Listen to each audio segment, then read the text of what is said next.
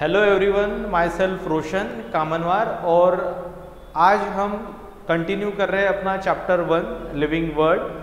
तो पिछले वीडियोस में हमने जो कैरेक्टरिस्टिक्स है नॉन लिविंग ऑर्गेनिजम्स के उसको एक्सप्लेन किया था, ठीक है।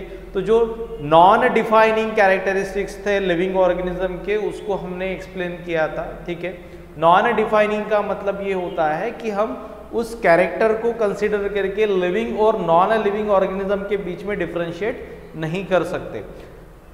आज के वीडियो में हम कवर करेंगे defining characteristics of living organism. तो defining characteristics of living organism जो है इसको कंसीडर करके हम living on non living organism में डिफरेंशिएट कर सकते हैं, ठीक है। तो defining, what is defining characteristics? What is defining characteristics?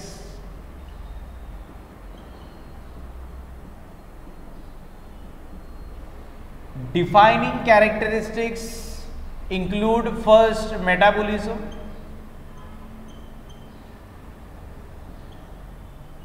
second cellular organization,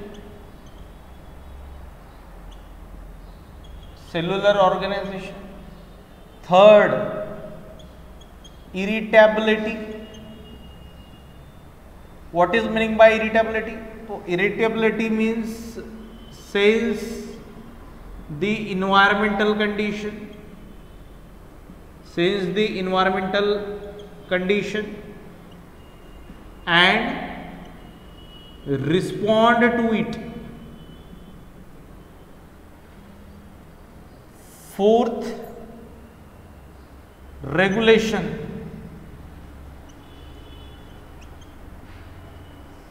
So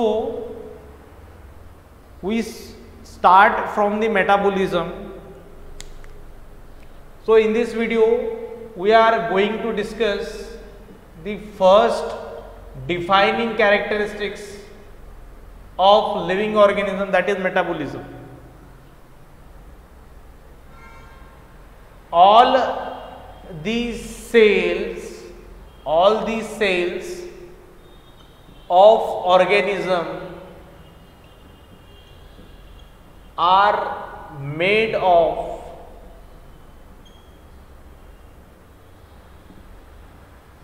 chemicals.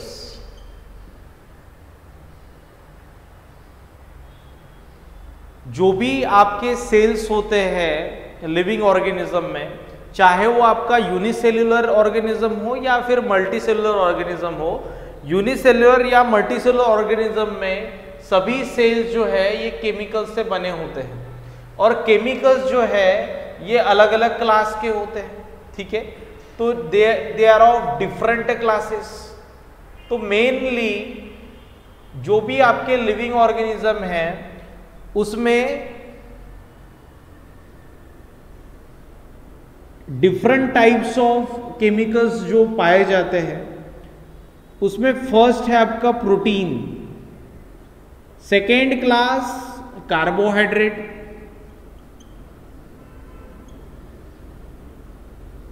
Third is lipid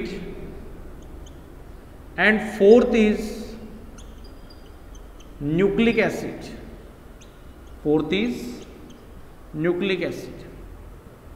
So there are different class of chemicals found in the living organism that include protein, carbohydrate, lipid and nucleic acid. These chemicals may be small or large. इनका जो size होता है ये small हो सकता है या फिर लार्ज हो सकता है। They have different functions. तो जो आपके केमिकल्स हैं इनको हम डिफरेंट क्लासेस या कंपोजिशन के बेसिस पे क्लासिफाई कर सकते हैं या उनके फंक्शन के बेसिस पे क्लासिफाई कर सकते हैं। अगर हम फंक्शंस की बात करते हैं तो कुछ बायोमोलिक्यूल जो है इसका कैटालिटिक फंक्शंस होते हैं, कैटालिटिक फंक्शन जो है इसमें आप एग्जांपल लिख सकते हो प्रोटीन का। प्रोटीन्स जो है ये आपके कैटलिस्ट की तरह काम करते हैं। कैटलिस्ट का मतलब क्या होता है, जो केमिकल रिएक्शन के रेट को बढ़ाता है, केमिकल रिएक्शन को इंड्यूस करता है, ठीक है। तो कुछ प्रोटीन जो है ये कैटलिस्ट की तरह काम करते हैं। कुछ आरएनए होते हैं जिसको बोला जाता है राइबोजाइम्स। क्या बोला जाता है? राइबोजाइम्स, जिनके पास में कैटालिटिक फंक्शन होता है।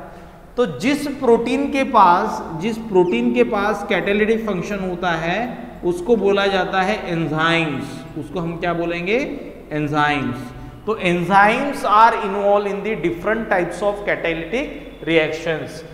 उसके बाद नेक्स्ट फंक्शन क्या है? नेक्स्ट है आपका energy stored material. Energy stored material, energy stored material. तो कुछ आपके पास जो केमिकल्स होते हैं ये एनर्जी स्टोर्ड मटेरियल की तरह काम कर सकते हैं। आप इसमें एग्जाम्पल लिख सकते हो प्रोटीन का। तो प्रोटीन्स जो है ये एनर्जी स्टोर्ड मटेरियल की तरह काम करते हैं। आपके पास कार्बोहाइड्रेट होता है जो एनर्जी स्टोर्ड मटेरियल की तरह काम करता है।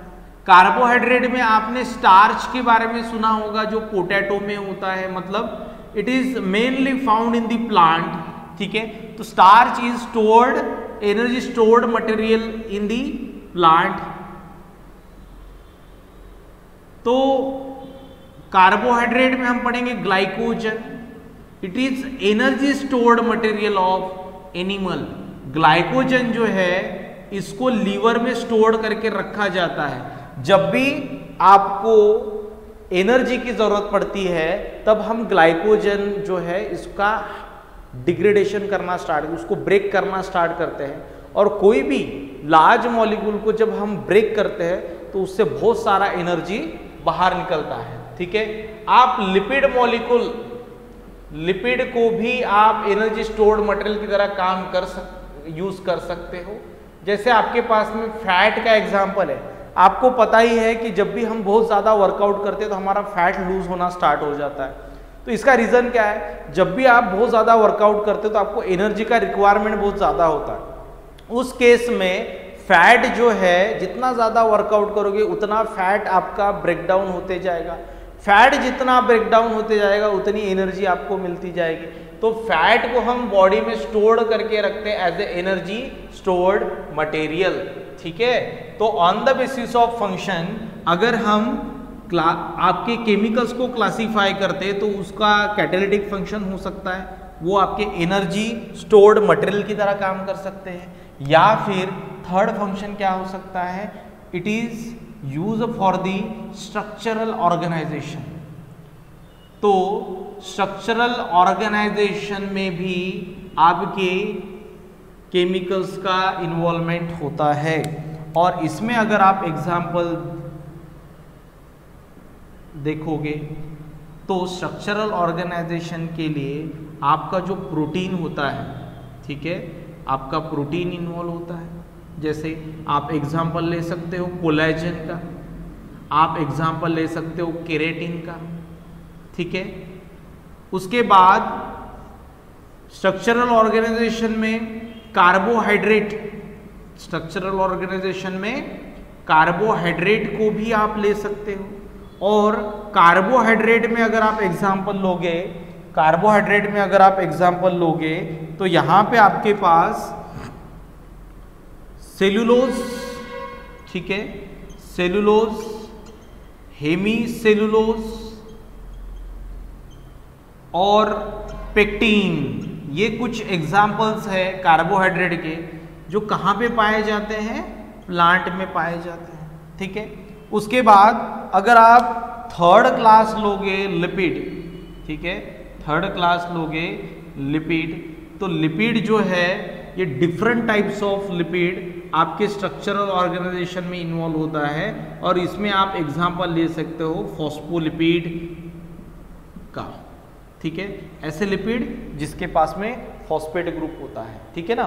तो स्ट्रक्चरल ऑर्गेनाइजेशन में प्रोटीन, कार्बोहाइड्रेट एंड लिपिड जो है इसका इन्वॉल्वमेंट होता है, ठीक है। उसके बाद में और क्या फंक्शन हो सकता है, और फंक्शन हो सकता है इनहेरिटेंस में आपको ये तो अच्छे से पता है, इनहेरिटेंस में हम कौन से मॉलिक्यूल को लेते, डीएनए और आरएनए, ठीक है। तो इनहेरिटेंस के लिए डीएनए और आरएनए मॉलिक्यूल जो होता है ये रिस्पॉन्सिबल होता है। तो हमारे सेल में डिफरेंट टाइप्स ऑफ केमिकल है और उनके अलग अलग क्लासेस होते हैं, है ना। तो on the basis of class अगर हम देखेंगे तो protein, carbohydrate, lipid, nucleic acid, ये डिफरेंट टाइप्स ऑफ केमिकल्स है। अगर हम फंक्शंस की बात करें तो हर एक क्लास का अलग अलग फंक्शन होता है, ठीक है। प्रोटीन का, कार्बोहाइड्रेट का, लिपिड का, न्यूक्लिक एसिड का। तो there are different types of functions of this chemicals found in the cell. तो catalytic functions, energy stored material की तरह वो काम कर सकता है। उसके बाद स्ट्रक्चरल ऑर्गेनाइजेशन में इन्वॉल्व हो सकता है, या फिर it responsible for the inheritance, ठीक है। तो यहाँ पे हमने फर्स्ट पढ़ा कि हमारे सेल में बहुत सारे केमिकल्स होते हैं, ठीक है ना। इररिस्पेक्टिव ऑफ यूनिसेलुलर और मल्टीसेलुलरिटी ऑर्गेनाइजेशन ऑफ ऑर्गेनिज्म आपका यूनिसेलुलर हो या मल्टीसेलुलर हो, बट सभी ऑर्गेनिज्म में simultaneously number of reactions carried out होते हैं, ठीक है। तो इन यूनिसेलुलर और इन मल्टीसेलुलर, यूनिसेलुलर और इन मल्टीसेलुलर ऑर्गेनिज्म। मल्टीसेलुलर का एग्जांपल लेते हो आप तो एनिमल्स एग्जांपल ले सकते हो। यूनिसेलुलर का एग्जांपल लेते हो तो यूनिसेलुलर में आप बैक्टीरिया का एग्जांपल ले सकते हो, यूनिसेलुलर में आप फंजाई का एग्जांपल ले सकते हो, ठीक है। तो यूनिसेलुलर में आप बैक्टीरिया का एग्जांपल ले सकते हो, यूनिसेलुलर में आप ईस्ट मतलब फंजाई का एग्जांपल ले सकते हो, आप अमीबा का एग्जांपल ले सकते हो, ठीक है। आप पैरामीशियम का एग्जांपल ले सकते हो। तो मल्टीसेलुलर ऑर्गेनिज्म में जितने भी एनिमल्स हैं, ठीक है, आप ह्यूमन का एग्जांपल ले सकते हो, हॉर्स का एग्जांपल ले सकते हो, आप डॉग का एग्जांपल ले सकते हो। तो आपके पास में मल्टीसेलुलर ऑर्गेनिज्म के बहुत सारे एग्जांपल्स हैं, ठीक है। तो यूनिसेलुलर और मल्टीसेलुलर ऑर्गेनिजम्स है, तो इनमें number of chemical reactions occur simultaneously, ठीक है।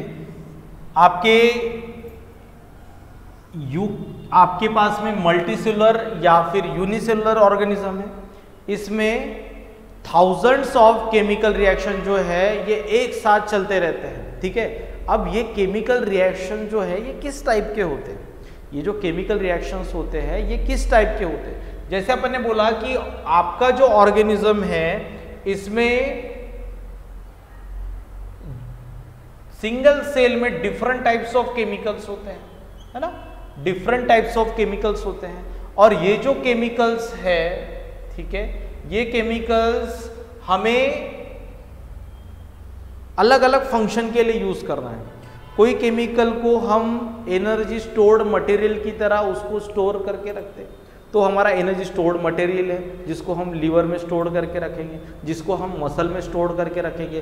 प्लांट जो है उसको एक पर्टिकुलर सिंक में स्टोर करके रखेगा, जैसे पोटैटो है, ठीक है, तो पोटैटो में स्टार्च को स्टोर किया जाएगा। फ्रूट की बात करते तो फ्रूट में शुगर को स्टोर करके रखा जाता है, ठीक है। तो केमिकल्स जो है इसको अलग अलग फंक्शन के लिए यूज किया जाता है। जैसे एक सिंपल सा एक एग्जांपल लेते हैं हम ग्लूकोज का। कौन सा एग्जांपल ले रहे हैं हम? ग्लूकोज का। तो ग्लूकोज के बारे में सबको पता है। ग्लूकोज क्या होता है रे? ग्लूकोज होता है कार्बोहाइड्रेट। ग्लूकोज क्या होता है? कार्बोहाइड्रेट होता है, जिसको हम क्या बोलते हैं? जिसको हम बोलते हैं शुगर, ठीक है। तो ग्लूकोज क्या है? शुगर है। और ग्लूकोज को हम किस लिए यूज करते हैं? तो ग्लूकोज को हम यूज करते for the production of energy, है ना, for the production of energy. अगर हमें एनर्जी की जरूरत है तो हम ग्लूकोज को कंज्यूम करते हैं। ग्लूकोज का जो वाटर है उसको बनाते हैं, एक ग्लास वाटर लेंगे, उसमें ग्लूकोज डालेंगे और उसको पिएंगे, है ना। तो ग्लूकोज जो है, ये ग्लूकोज का काम क्या होता है, ऑर्गेनिज्म को एनर्जी प्रोवाइड करना। अगर ऑर्गेनिज्म को एनर्जी चाहिए तो उसको ग्लूकोज को कंज्यूम करना पड़ेगा, बराबर। एनर्जी मतलब क्या, तो एनर्जी मतलब हमारे पास एनर्जी करेंसी जो होती है, एनर्जी करेंसी ऑफ सेल किसको बोला जाता है, एटीपी। तो ATP called as energy currency of cell. तो हमारे पास में एनर्जी है, मतलब क्या है, हमारे पास में एटीपी है। अब देखो ग्लूकोज जो है, इसको एनर्जी अगर आपको चाहिए तो एनर्जी बनाने के लिए आपको ग्लूकोज को कंज्यूम करना पड़ेगा। तो केमिकल्स में हमने एग्जांपल किसका लिया, ग्लूकोज का लिया। केमिकल्स में हमने एग्जांपल किसका लिया, ग्लूकोज का लिया। अब ये ग्लूकोज को आप बना सकते हो या उसको ब्रेक कर सकते हो, उसको सिंथेसिस कर सकते हो या फिर उसको ब्रेक कर सकते हो। तो ग्लूकोज जो है इसका हम सिंथेसिस कर सकते हैं, ग्लूकोज को का क्या कर सकते हैं, सिंथेसिस कर सकते हैं, या फिर उसका हम क्या कर सकते हैं, ब्रेक डाउन कर सकते हैं। ये कंसेप्ट को समझ लो, बहुत ही इंपॉर्टेंट है।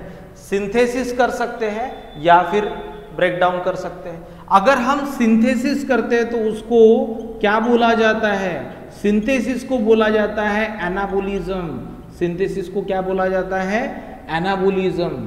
और ब्रेकडाउन को क्या बोला जाता है, ब्रेकडाउन को बोला जाता है कैटाबोलिज्म। मतलब किसी को, कोई भी केमिकल को अगर आप ब्रेक कर रहे हो, उसको तोड़ रहे हो, तो उसको क्या बोला जाएगा, हम उस केमिकल का कैटाबोलिज्म कर रहे हैं। अगर आपको बोला गया कि ग्लूकोज है, उसको तोड़ो, तो उस रिएक्शन को क्या बोला जाएगा, तो आप बोलोगे कि हम ग्लूकोज का कैटाबोलिज्म कर रहे हैं। समझ में आया कि नहीं आया। तो कैटाबोलिज्म का मतलब क्या होता है, कैटाबोलिज्म मतलब ब्रेकडाउन। तो कोई भी केमिकल का जब हम ब्रेकडाउन करते हैं तो उसको बोला जाता है कैटाबोलिज्म। और कोई भी केमिकल का जब हम सिंथेसिस करते हैं तो उसको बोला जाता है एनाबोलिज्म। तो एनाबोलिज्म मतलब सिंथेसिस एंड कैटाबोलिज्म का मतलब होता है ब्रेकडाउन। तो आप ब्रेकडाउन करो या फिर आप सिंथेसिस करो। अगर हम बोलते हैं कि ग्लूकोज का हम एनाबोलिज्म भी पढ़ रहे, हम कैटाबोलिज्म भी पढ़ रहे, तो दोनों टर्म को कंबाइन अगर आप करते हो तो उसको बोला जाता है मेटाबोलिज्म। तो आया कि नहीं आया। तो मेटाबोलिज्म का मतलब होता है all the chemical reactions carried out inside the cell. तो मेटाबोलिज्म मतलब क्या, आप सिंथेसिस करो या फिर कैटाबोलिज्म करो, दो ही टाइप की रिएक्शन होंगे, एक तो बनाओगे या फिर तोड़ोगे। तो combine catabolism plus anabolism called as metabolism. समझ में आया। तो अगर मैंने आपको बोला कि मैं ग्लूकोज का मेटाबोलिज्म कर रहा हूं, तो आप बोलोगे कि सर आप ग्लूकोज का एनाबोलिज्म भी कर रहे हो, कैटाबोलिज्म भी कर रहे हो। अगर मैंने बोला कि मैं ग्लूकोज का कैटाबोलिज्म कर रहा हूं, तो आप बोलोगे कि सर आप ग्लूकोज को ब्रेक डाउन कर रहे हो। समझ में आ रहा है क्या। तो यहां पे एनाबोलिज्म एंड कैटाबोलिज्म दोनों में हमें क्या पढ़ना है। एनाबोलिज्म जो है इसमें हमें बनाना है कोई भी चीज, कोई भी सब्सटेंस जब भी हम बनाते हैं, ठीक है, तो उसके लिए हमें एनर्जी का रिक्वायरमेंट होता है। तो इट रिक्वायर्ड एनर्जी, ठीक है। तो यहां पे किसकी जरूरत होती है, यहां पे आपको एनर्जी का रिक्वायरमेंट होता है, ठीक है। और अगर हम कैटाबोलिज्म करते हैं तो यहां पे एनर्जी जनरेट होता है, तो यहां पे एनर्जी जनरेशन होगा। समझ में आ रहा है क्या।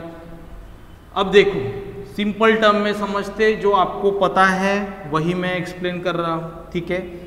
इसको रट्टा मारने की जरूरत नहीं है। जब भी हम ग्लूकोज को कंज्यूम करते हैं, ठीक है, ग्लूकोज का पानी जब आप पीते हो तो उस केस में क्या होता है रे कि ग्लूकोज हमारे बॉडी में आने के बाद हमारा सेल जो है उसका ब्रेकडाउन करना स्टार्ट करता है। ग्लूकोज के अंदर में बहुत सारी एनर्जी होती है और जब ग्लूकोज को हम ब्रेक करना स्टार्ट करते हैं तो उससे एनर्जी रिलीज होना स्टार्ट होता है।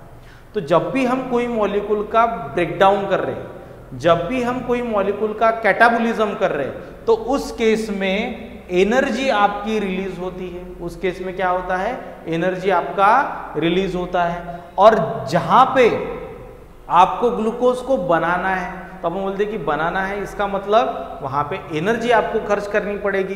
तो अगर ग्लूकोज आप बना रहे हो, ग्लूकोज का सिंथेसिस कर रहे हो, ग्लूकोज का एनाबोलिज्म कर रहे हो, तो उस केस में हम क्या बोलेंगे, glucose anabolism required energy. Glucose ही नहीं, कोई भी केमिकल का जब आप एनाबोलिज्म करोगे तब अपन बोलेंगे कि हमें एनर्जी की रिक्वायरमेंट है।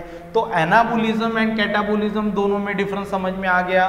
तो एनाबोलिज्म का मतलब synthesis, it required large amount of energy, and catabolism का मतलब होता है breakdown and it release energy. ठीक है, तो फर्स्ट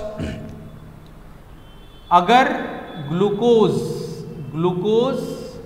का आप सिंथेसिस कर रहे हो, ग्लूकोज का क्या कर रहे हो, सिंथेसिस कर रहे हो, मतलब एनाबोलिज्म।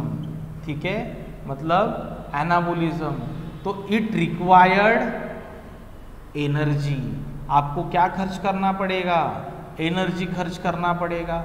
जैसे अपन घर बनाते, घर बनाने के लिए पैसा खर्च करना पड़ता है, समझ में आया। घर को बेच दोगे तो आपको पैसा मिल जाएगा, बराबर है। तो ग्लूकोज को अगर आप ब्रेक डाउन करते हो, मतलब इसका कैटाबोलिज्म करते हो, तो आपको क्या मिलेगा, बहुत सारा एनर्जी मिलेगा। समझ में आया क्या। तो एनाबोलिज्म में एनर्जी यूज होती है, कैटाबोलिज्म में एनर्जी रिलीज होती है। और एनर्जी किस फॉर्म में रिलीज हो जाएगी, तो हमने बोला एटीपी के फॉर्म में रिलीज हो जाएगी। समझ में आया क्या। तो यहाँ पे मेटाबोलिज्म मतलब एनाबोलिज्म प्लस कैटाबोलिज्म। ठीक है, अब देखो कि इसको डिफाइनिंग कैरेक्टरिस्टिक्स बोला है अपन ने लिविंग ऑर्गेनिज्म का। Metabolism is defining characteristics. Metabolism non living thing कभी भी कैरिड आउट नहीं कर सकते, तो it is defining characteristics. So living reactions or these chemical reactions demonstrated outside the cell. Living reaction can be demonstrated outside the cell. हम इसको cell के बाहर डेमोन्स्ट्रेट कर सकते हैं। आप एक टेस्ट ट्यूब लो, लीवर का जो एक्सट्रैक्ट जो आपके सेल है, सेल के एंजाइम्स को बाहर निकालो, ग्लूकोज को डालो, तो वहां पे ग्लूकोज का ब्रेकडाउन हो जाएगा। आप कोई ऐसे सब्सट्रेट लो जिससे ग्लूकोज बनता है, तो वो एंजाइम्स प्रोटीन्स डाल दो तो आपको ग्लूकोज बना के मिल जाएगा। मतलब हम लैब में क्या कर सकते हैं, ये रिएक्शंस को देख सकते हैं। बट दिस रिएक्शंस, ठीक है, दिस रिएक्शन जो है, दिस केमिकल रिएक्शंस